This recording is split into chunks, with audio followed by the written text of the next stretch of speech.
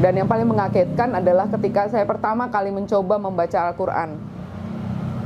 Ya sama seperti Bunda Irena, dan saya yakin pada umumnya semua orang yang tidak tahu, yang belum pernah baca Quran, pasti baca Quran dari belakang kan.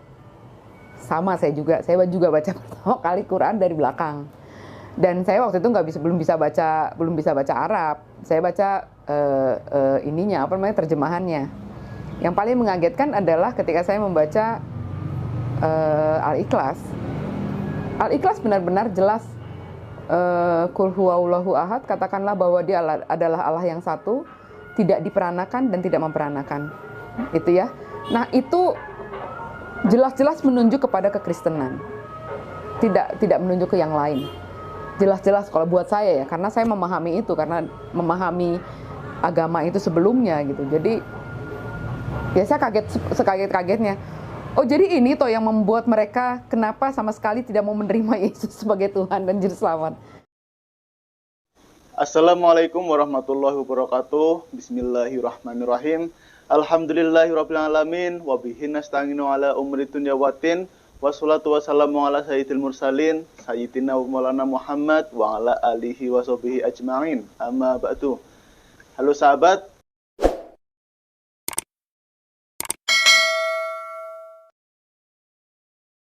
Pada kesempatan kali ini saya akan menyajikan sebuah video kesaksian mu'alaf yang bernama Ibu Monika Pangeribuan, yang mana di sini Ibu Monika merupakan orang yang beragama Katolik dan juga merupakan guru sekolah minggu. Bagaimanakah kesaksian dari ibu tersebut? Namun sebelum masuk ke videonya, jangan lupa untuk like, comment, and subscribe, serta nyalakan tombol notifikasinya agar Andalah yang pertama kali menerima notifikasi video terbaru dari channel ini. Oke sahabat, nggak perlu lama-lama, langsung saja kita simak videonya. Nama saya nggak berubah. Nama saya Francisca Monika Pangeribuan. Saya nggak merubah nama karena pengalaman membuktikan bahwa dengan nama itu justru saya bisa jadi trigger saya untuk berdakwah. Karena dengan nama itu kan jelas ya, namanya nama berbau Katolik banget dan Protestan. Saya tadinya HKBP di HKBP Gereja Kristen Protestan. Natif apa? Saya dulu guru sekolah minggu. Oh, guru sekolah minggu. Iya. Pernah nggak ngajak-ngajak orang untuk murtad gitu? Murtad sih enggak ya, tapi saya memang begini loh. Jadi di dalam Alkitab itu ada perintah Yesus yang mengatakan bahwa pergilah dan jadikanlah semua bangsa muridku.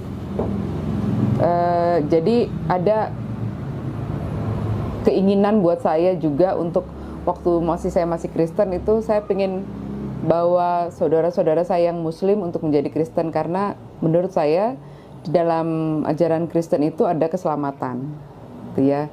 Jadi kamu nggak usah capek-capek melakukan berbagai hal, kamu cukup percaya saja pada Yesus yang mati di kayu salib dan kamu akan mendapatkan surga.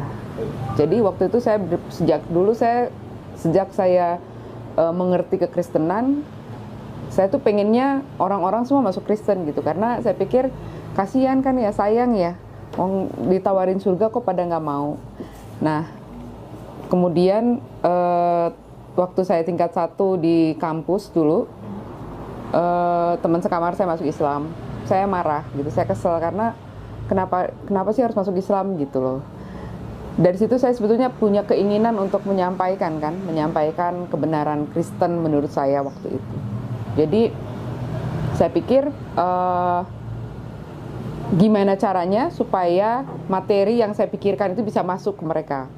Saya cari dong permasalahannya apa. Jadi yang saya pikirkan, yang jadi timbul dalam pertanyaan saya waktu itu adalah ada apa sih dengan umat Islam? Kenapa nggak mau terima Yesus sebagai Tuhan dan Juru Selamatnya? Yohanes 14 ayat 6 itu Yesus berkata, akulah jalan dan kebenaran dan hidup. Tidak ada yang sampai kepada Bapa kalau tidak melalui aku. Jadi Yohanes 14 ayat 6 itu berkata, Yesus berkata, akulah jalan dan kebenaran dan hidup. Tidak ada yang sampai kepada Bapa kalau tidak melalui aku. Artinya gini, ketika orang nggak ada yang sampai kepada Allah kalau tidak melalui Yesus. Oke sahabat, dan di sini awalnya Ibu Monika berpatokan kepada Yohanes 14 ayat 6 yang berisi, "Akulah jalan, kebenaran, dan hidup. Tidak ada yang sampai kepada Bapa kalau tidak melalui aku." Jadi di sini kata Bapa tidak lain daripada Allah, yang mana Yesus dan Bapa adalah dua pribadi yang berbeda. Oke sahabat, mari kita simak lagi videonya. Nah, buat saya dan buat sebagian besar orang Kristen pada umumnya, ini adalah ayat emas. Ini adalah ayat yang menjadi pegangan bahwa Kristen itu benar, gitu loh. Jadi nggak ada yang melalui Yesus, selain melalui Yesus nggak bisa. Kalian nggak akan bisa pernah sampai ke surga, gitu. Nah, ayat ini jadi pegangan saya, jadi ayat emas. Kemudian saya ingin sekali menyampaikan ini kepada sebanyak-banyaknya orang, karena saya pikir harusnya mereka bisa menikmati surga, gitu loh. Asal percaya saja kan. Nah, tapi kan umat Islam kok kayaknya nggak mau sama sekali ya, gitu. Nah, waktu itu saya sekolah di tempat kuliah saya itu, di mana ajaran agama Islam itu cukup keras. Waktu itu teman-teman bahkan baru tingkat 1, baru semester 1, tadinya nggak pakai jilbab, semua di semester 2 tuh udah pakai jilbab panjang, gitu loh. Jadi cukup keras muslimnya gitu waktu itu. Nah, saya sebetulnya bertanya-tanya dalam hati gitu, kenapa sih, ada apa sih dengan Islam ini? Kenapa kalian tidak mau terima Yesus sebagai Tuhan dan Juru Selamat? Bertambah lagi dengan teman sekamar saya yang ternyata hijrah juga masuk Islam. Saya marah dan saya kesal waktu itu. Pertanyaan ini terus saya tanyakan pada setiap orang yang ada di kampus waktu itu. Banyaklah teman-teman yang ditanya, atau pendeta atau siapa orang pinter yang dipanggil, pembicara-pembicara yang dipanggil ke kampus, saya tanyain. Nah, jawabannya semua sama, bahwa mereka ada selubung yang menutup pikiran mereka gitu. Jadi kalau mungkin di kita namanya belum dapat hidayah ya. Nah, tapi sebetulnya buat saya jawaban itu nggak bisa saya terima gitu. Menurut saya ayat Yohanes 14 ayat 6 itu sudah sangat jelas gitu, bicara bahwa Yesus berkata, "Akulah jalan dan kebenaran dan hidup. Tidak ada yang sampai kepada Bapa kalau tidak melalui aku." Itu menurut saya itu bukan, nggak ada sesuatu yang perlu harus pakai ilmu tertentu kan. Itu pernyataan yang very clear, jelas gitu. Kenapa umat Islam nggak mau? Pasti ada sesuatu gitu. Jadi dalam hati saya tetap pasti ada sesuatu yang membuat mereka tidak mau gitu terima. Dan di sini ibu ini penasaran kenapa umat Islam tidak percaya kepada Yesus. Itu pertanyaan dari Ibu Monika Pangribuan. Dan di sini saya selaku umat Islam berpendapat bahwa Yesus adalah nabi utusan Allah sekaligus rasul utusan Allah. Jadi Yesus itu bukanlah Allah itu sendiri, melainkan hanyalah utusan. Nah, tapi pertanyaan ini tidak terjawab bertahun-tahun, sampai akhirnya pertanyaan ini saya simpan. Saya simpan jauh sekali di lubuk hati yang terdalam, mungkin di pojok-pojok lah kali yang udah paling dalam gitu ya, karena tidak terjawab. Dan kehidupan berlanjut, saya bekerja, saya menikah, saya punya anak secara Kristen, kami menikah secara Kristen, dan ya sudah. Sampai suatu saat saya di kantor bertemu dengan seseorang yang bisa menjelaskan pada saya, yang bisa menjelaskan sejarah penulisan Alkitab secara lengkap, dan kenapa sampai pemahaman umat Islam itu kan adalah bahwa Isa atau Yesus itu adalah nabi, hanya sampai di situ saja. Tapi kenapa bisa di dalam agama Kristen bisa jadi berubah menjadi Tuhan? Nah, di situ saya memang belajar banyak kurang lebih selama 2 tahun mempelajari itu. Waktu itu diskusinya memang kami bicara soal banyak hal, mulai dari pekerjaan, masalah pekerjaan, kemudian masalah hukum, dan kemudian kita juga ada diskusi soal masalah Freemason ya, mengenai Freemason, mengenai Yahudi dan sebagainya. Waktu itu dia cerita bahwa dia adalah orang yang mulai mempelajari perbandingan agama setelah masalah bom Bali. Dia adalah Muslim, tapi dia Muslim dari lahir maksud saya, tapi dia mempelajari itu karena masalah bom Bali waktu itu. Sehingga akhirnya bicara soal Israel, bicara soal sejarah panjang Israel, dan yang mau tidak mau berakhir pada bicara soal Yesus yang akan datang, yang akan menjadi juru selamat di akhir zaman gitu. Waktu itu saya tanya sama dia, kamu kan muslim dari lahir? Iya, muslim dari lahir. Kenapa kamu percaya bahwa Isa akan datang kedua kali untuk menjadi juru selamat? Iya, saya percaya. Tunggu sebentar. Kamu kan muslim ya, kenapa kamu nggak, kalau gitu kamu kenapa nggak terima kalau Isa tuh adalah Tuhan? Hanya Tuhan loh yang bisa jadi juru selamat, saya bilang gitu kan. Nah, terus itu emang di mana Yesus bilang bahwa dia adalah Tuhan? Saya bilang, ayat yang saya pegang itu, Yohanes 14 ayat 6. Yesus bilang, akulah jalan dan kebenaran dan hidup loh. Nggak ada yang sampai kepada Bapa kalau nggak. Sekarang kamu baca coba lengkap satu perikop itu.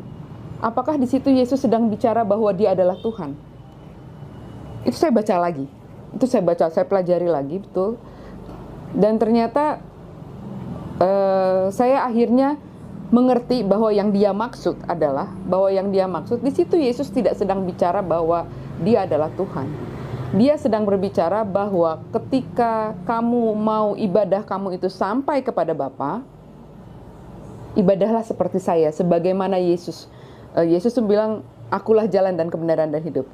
Jadi sebagaimana aku beribadah kepada Allah, begitulah kamu beribadah kepada Allah. Maka ibadah kamu akan sampai kepada Allah. Karena bicara soal ibadah itu kan, bicara sampai kepada surga, kepada Allah itu bukan berarti seperti berjalan fisik ya, bicara jalan fisik gitu, bahwa seperti kamu lihat peta gitu, bukan seperti itu. Biar bagaimanapun juga bicara soal surga itu bicara soal ibadah. Jadi sebagaimana aku beribadah, demikian pula kamu harus beribadah kepada Allah. Dan sebenarnya akhirnya saya mempelajari kembali ya Alkitab itu. Saya membaca lagi, benar juga yang dia bilang benar. Tapi saya belum yakin langsung di situ. Saya belajar 2 tahun untuk hal itu. Akhirnya saya baca lagi semuanya, satu persatu saya pelajari lagi. Saya seperti baru terbuka gitu loh. Jadi kayaknya selama ini kalau kita ngelihat gambar gajah tuh dua dimensi, sekarang saya melihatnya jadi 4 dimensi. Saya muter. Saya tahu bahwa gajah itu gendut. Dia nggak hanya besar, tapi dia gendut juga. Bahwa dia punya 2 kuping, bukan hanya sebelah kupingnya gitu. Jadi artinya saya bisa mempelajari, saya bisa mengerti isi Alkitab itu secara keseluruhan. Dia bilang, kamu harus baca Alkitab itu secara keseluruhan, jangan sepotong-sepotong. Ketika kamu membacanya sepotong-sepotong, yaitu pemahaman kamu seperti itu.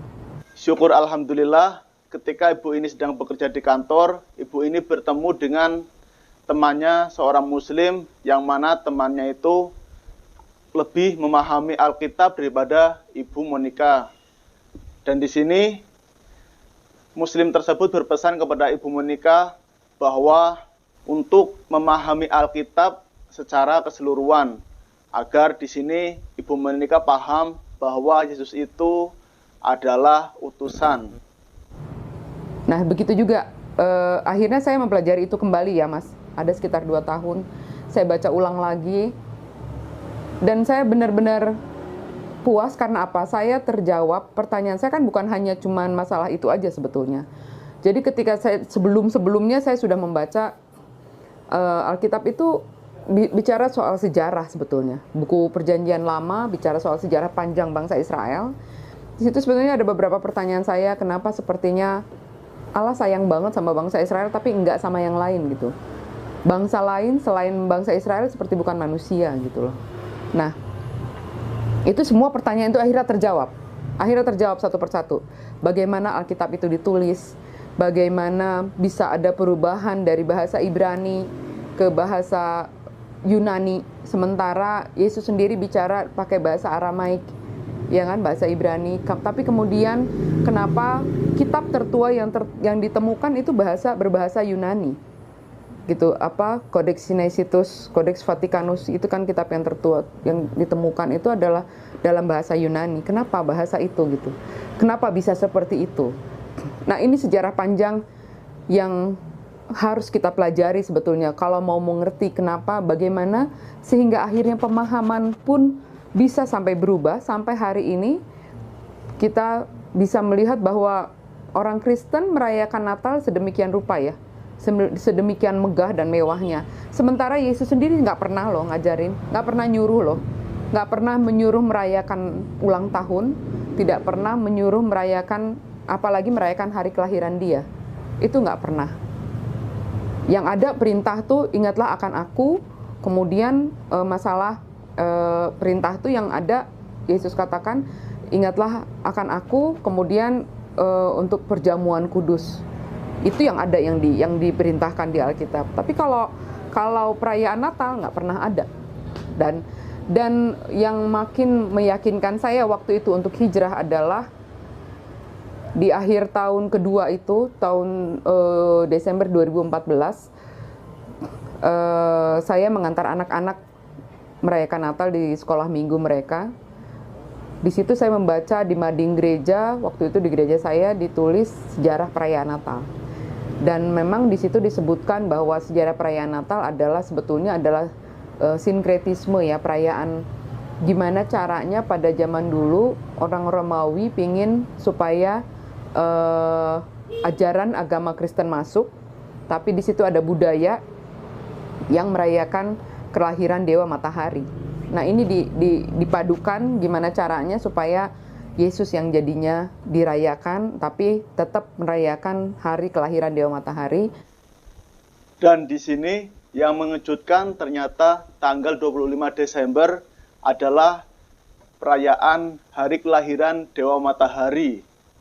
Lantas, kenapa umat Kristen merayakan Natal pada tanggal 25 Desember dan menyebut bahwa tanggal 25 Desember adalah hari kelahiran Yesus? Bagi yang tahu jawabannya, bisa tulis di kolom komentar di bawah video ini. Tapi buat saya, itu adalah pengakuan gereja bahwa ya memang perayaan Natal tidak pernah diajarkan di Alkitab. Gitu, tidak pernah diajarkan di Alkitab. Dan itu semakin meyakinkan saya bahwa apa yang diajarkan di gereja banyak yang tidak sesuai dengan apa yang diperintahkan oleh Yesus di dalam Alkitab, gitu loh. Contoh lain yang mudah adalah Yesus tidak pernah mengajarkan kita berdoa untuk berlipat tangan.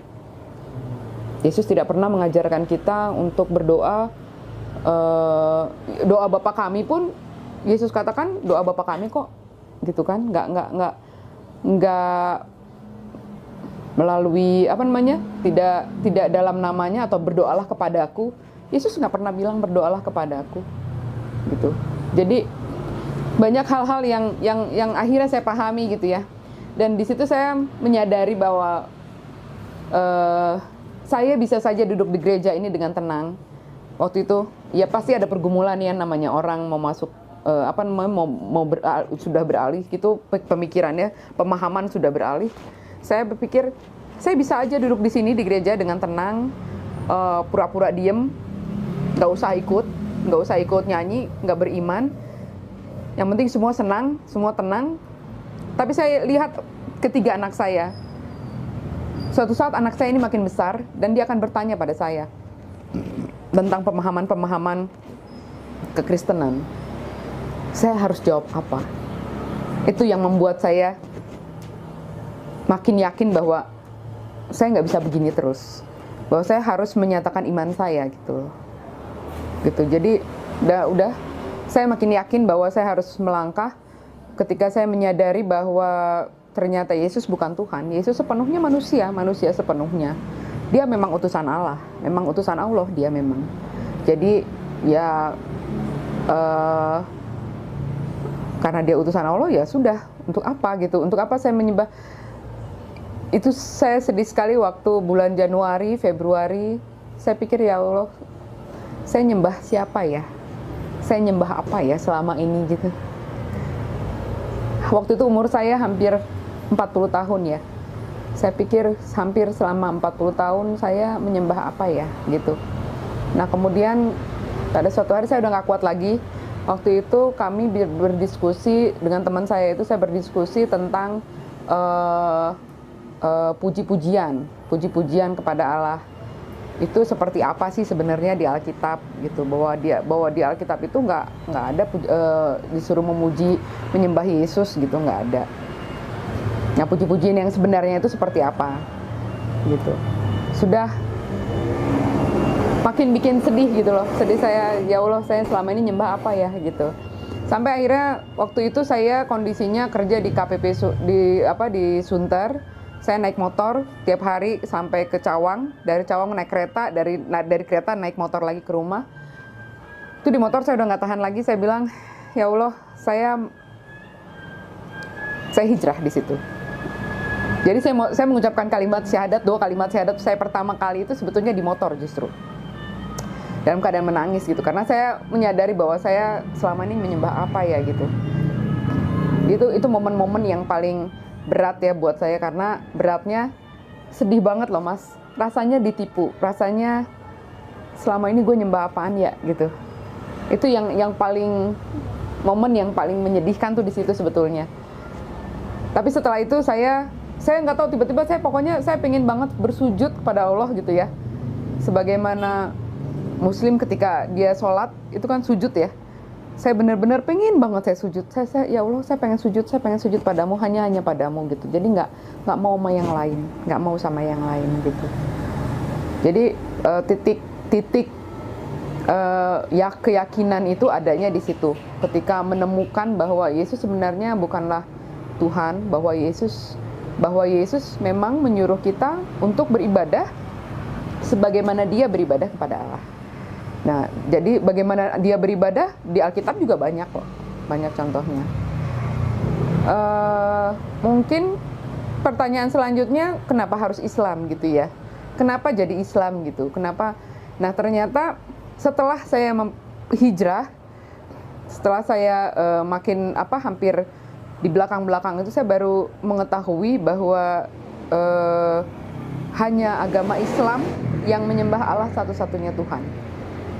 Yang meletakkan Allah sebagai Tuhan, satu-satunya Tuhan hanya di Islam. Tidak ada yang lain, tidak ada agama lainnya lagi. Itu sebabnya saya memilih untuk masuk Islam. Jadi Allah yang saya sembah itu benar-benar la ilaha illallah, tidak ada Tuhan selain Allah gitu. Dan yang paling mengagetkan adalah ketika saya pertama kali mencoba membaca Al-Quran. Ya sama seperti Bunda Irena, dan saya yakin pada umumnya semua orang yang tidak tahu, yang belum pernah baca Quran, pasti baca Quran dari belakang kan. Sama saya juga baca pertama kali Quran dari belakang. Dan saya waktu itu belum bisa baca Arab. Saya baca terjemahannya. Yang paling mengagetkan adalah ketika saya membaca Al-Ikhlas. Al-Ikhlas benar-benar jelas. Qul huwallahu ahad, katakanlah bahwa Dia adalah Allah yang satu, tidak diperanakan dan tidak memperanakan. Itu ya. Nah, itu jelas-jelas menunjuk kepada kekristenan. Tidak menunjuk ke yang lain. Jelas-jelas kalau buat saya ya, karena saya memahami itu, karena memahami agama itu sebelumnya gitu. Jadi ya saya sekaget-kagetnya. Oh, jadi ini toh yang membuat mereka kenapa sama sekali tidak mau menerima Yesus sebagai Tuhan dan Juru Selamat. Di situ terjawab gitu loh. Di situ terjawab pertanyaan saya, kenapa saudara-saudara saya yang Muslim selama ini benar-benar keras, benar-benar tidak mau bicara soal itu, tidak mau menerima bahwa Yesus adalah Tuhan. Makin kesini, makin belakangan saya sering baca sunnah bahwa hari malam Jumat itu kita baca Al-Kahfi ya. Nah, ketika saya membaca Al-Kahfi pun saya kaget juga. Al-Kahfi itu adalah surat yang di tengah-tengah ya, surat ke-18, tapi dia kalau kita buka begini, dia tuh ada di tengah-tengah gitu. Artinya dari ke tengah sampai ke belakang, di Al-Kahfi kan justru dibilangkan mereka sama sekali tidak memahami hal itu gitu. Ketika mereka mengatakan bahwa Yesus adalah Isa itu adalah Tuhan, mereka tidak mengerti akan hal itu gitu.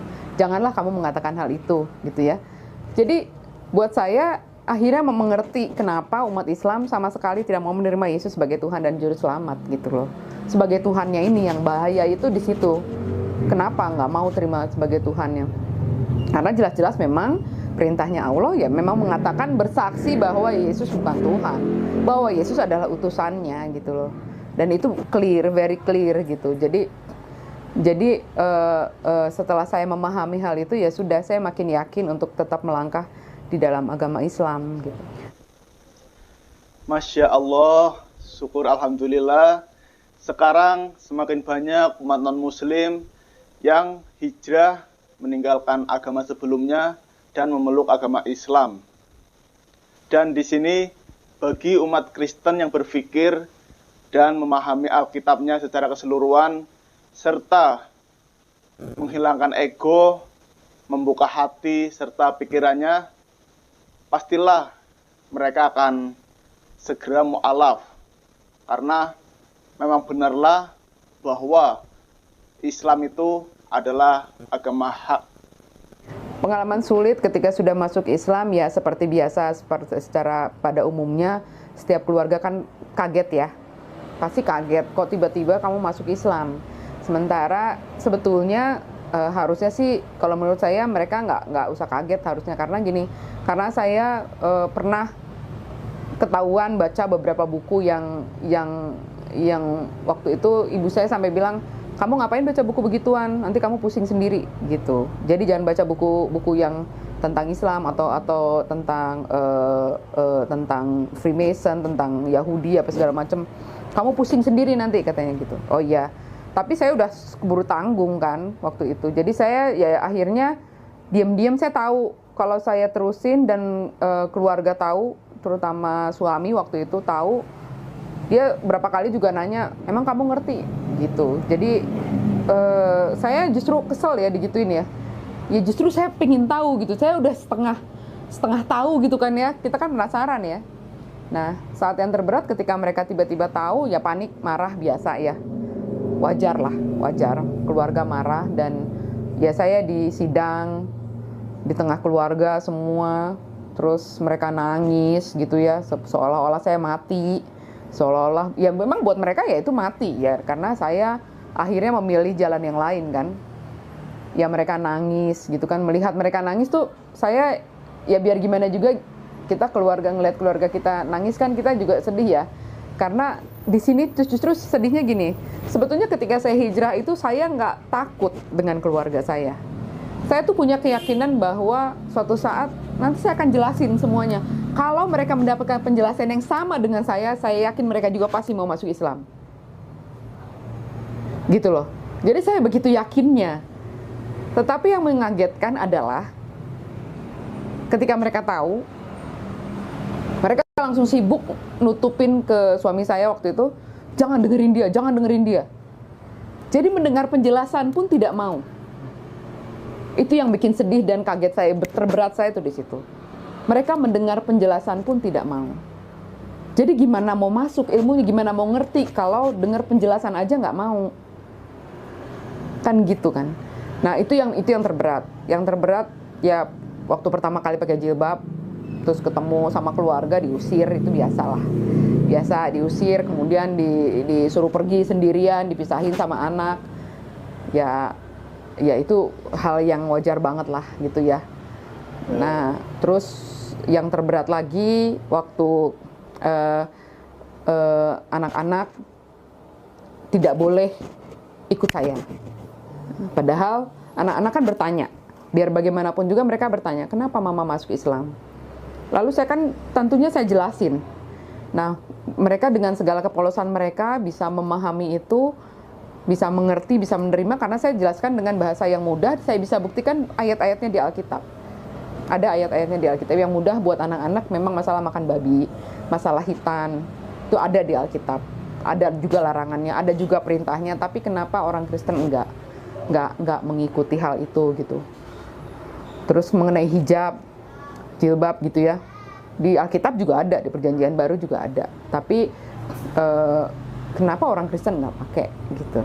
Nah itu buat mereka mudah jadinya buat ini. Yang paling mudah buat anak saya yang paling besar waktu itu, yang paling agak lama dia dapat ininya, hidayahnya paling terakhir itu mengenai Yesaya 37 dengan 2 Raja-Raja 19 ya, 2 Raja-Raja 19 sama Yesaya 37 itu adalah dua perikop yang sama persis, tapi tahun penulisan terpaut sangat jauh, beratusan tahun. tapi kok bisa sama banget gitu. Jadi buat dia berarti Alkitab nggak bener gitu, berarti Alkitab banyak nggak benernya gitu. Itu salah satunya di situnya. Terus yang terberat, mereka masuk Islam, mereka harus diam-diam sholat, puasa juga dilarang sama ayahnya, selalu dipaksa makan, dipaksa minum. Nah, itu kan berat ya, kita sedih gitu. Dan berarti mualaf ya Bu anaknya? anakku 3 mualaf juga, alhamdulillah. Terus waktu yang paling berat waktu mereka hitan, kita pulang, pas bapaknya tahu, kita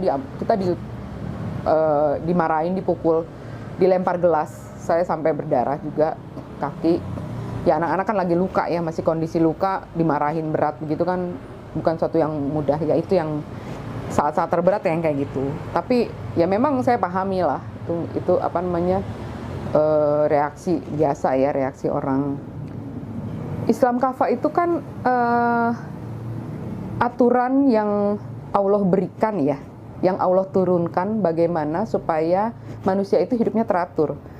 Agama Islam itu adalah agama yang amat sangat menakjubkan sebenarnya. Dalam agama Islam itu diatur setiap hal, bahkan ketika sejak kamu buka mata, pagi-pagi bangun tidur, sampai kamu tutup mata lagi, tidur lagi, itu aturannya kan ada ya. Jadi Allah itu kalau namanya juga aturan dari Allah ya, itu aturan yang amat sangat lengkap. Ketika saya pertama kali mengerti tentang semua ini, saya rasanya seperti dibukakan suatu perpustakaan yang besar sekali dan saya pengen baca semuanya. Ya tahu sendiri kan, buku-buku agama Islam, sejarahnya, bagaimana kemudian aturannya. Kalau mau detail, lihat hadis. Bahkan sampai menjadi begitu banyak pertentangan kadang-kadang karena pemahaman akan hadis itu beda-beda gitu ya. Tapi itu adalah kekayaan dalam agama Islam, di mana Allah memberikan aturan itu dengan contoh bagaimana Rasul hidup gitu. Jadi Zakir Naik bilang, Quran bahkan bisa berdiri sendiri tanpa hadis. Tetapi Allah melengkapinya dengan hadis yang periwayatnya nggak bisa macam-macam, nggak bisa seenaknya kita buat-buat. Bahkan sampai hari ini yang saya salut banget adalah bisa ya hadis ketahuan gitu kalau dia itu hadis yang doif. How come? Itu adalah keajaiban kalau menurut saya ya. Bisa hadis doif ketahuan gitu sama orang. Kita hidup semua di zaman ini loh. Tapi hadis itu bisa ketahuan itu doif apa enggak gitu. Karena apa? Karena ada periwayatnya, karena ada sejarahnya. Ya kan? Felix Yao juga bilang kan, sejarah itu sangat penting. Nggak bisa lu lepas dari sejarah. Nggak bisa kamu lepas dari sejarah. Nah, jadi Islam yang kafah itu adalah aturan yang Allah berikan lengkap untuk bagaimana manusia hidup. Bagaimana manusia bisa teratur hidupnya sebetulnya. Jadi banyak orang yang menentang karena takut. Takut apa? Tidak terbiasa dengan aturan yang begitu ketat, yang begitu baik. Gitu sebetulnya itu. Kalau mau bicara soal kasih ya, orang Kristen banyak yang menggembar-gemborkan masalah kasih. Seolah-olah dalam agama Islam tidak ada kasih. Salah besar sebetulnya. Dalam hal ini, umat Islam harus menjelaskan bahwa justru Islam yang kafah adalah kasih yang terbesar dari Allah sebetulnya. Kasih Allah yang terbesar buat manusia sebetulnya. Supaya apa? Supaya ada aturan dalam hidup. Ketika kamu teratur hidup, ketika kamu teratur sholat, ketika kamu teratur melakukan tugas-tugas kamu akan berhasil hidupnya. Kamu akan baik sekali hasilnya. Gitu, dan di situ kasih akan muncul. Bahasanya cuma mungkin beda bahasanya aja. Seperti dalam Islam, mungkin bahasa yang dipakai di Kristen lebih familiar aja, lebih familiar gitu seolah-olah ya. Penyaduran bahasanya mungkin yang kurang belum dijelaskan gitu loh. Tapi sebenarnya Islam kafah itu adalah Islam yang benar-benar penuh dengan aturan yang membuat kita teratur sehingga semuanya akan berjalan dengan baik gitu. Jadi sebetulnya Indonesia sangat rugi sebetulnya ketika menolak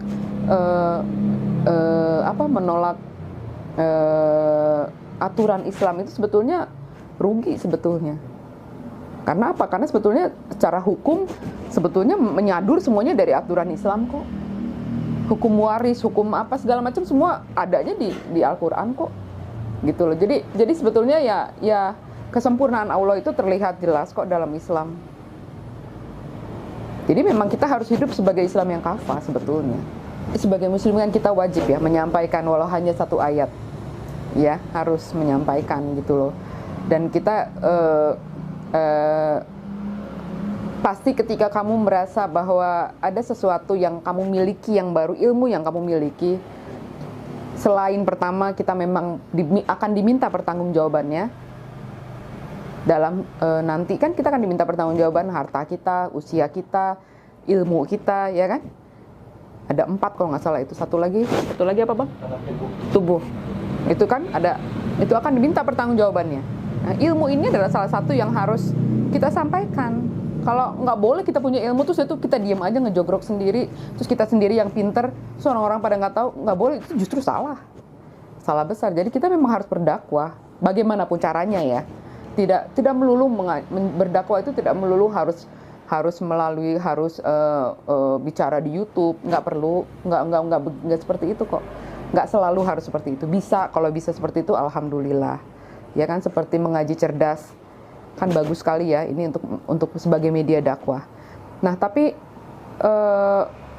dalam kehidupan kita sehari-hari alhamdulillah yang tadi saya katakan, dengan nama saya ketika orang mau bertemu dengan saya,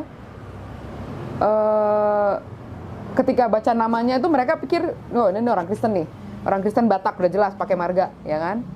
Begitu ketemu, nggak taunya orangnya pakai jilbab panjang, mereka, saya kira ibu tadinya orang Kristen, begitu ya. Pasti selalu begitu saya.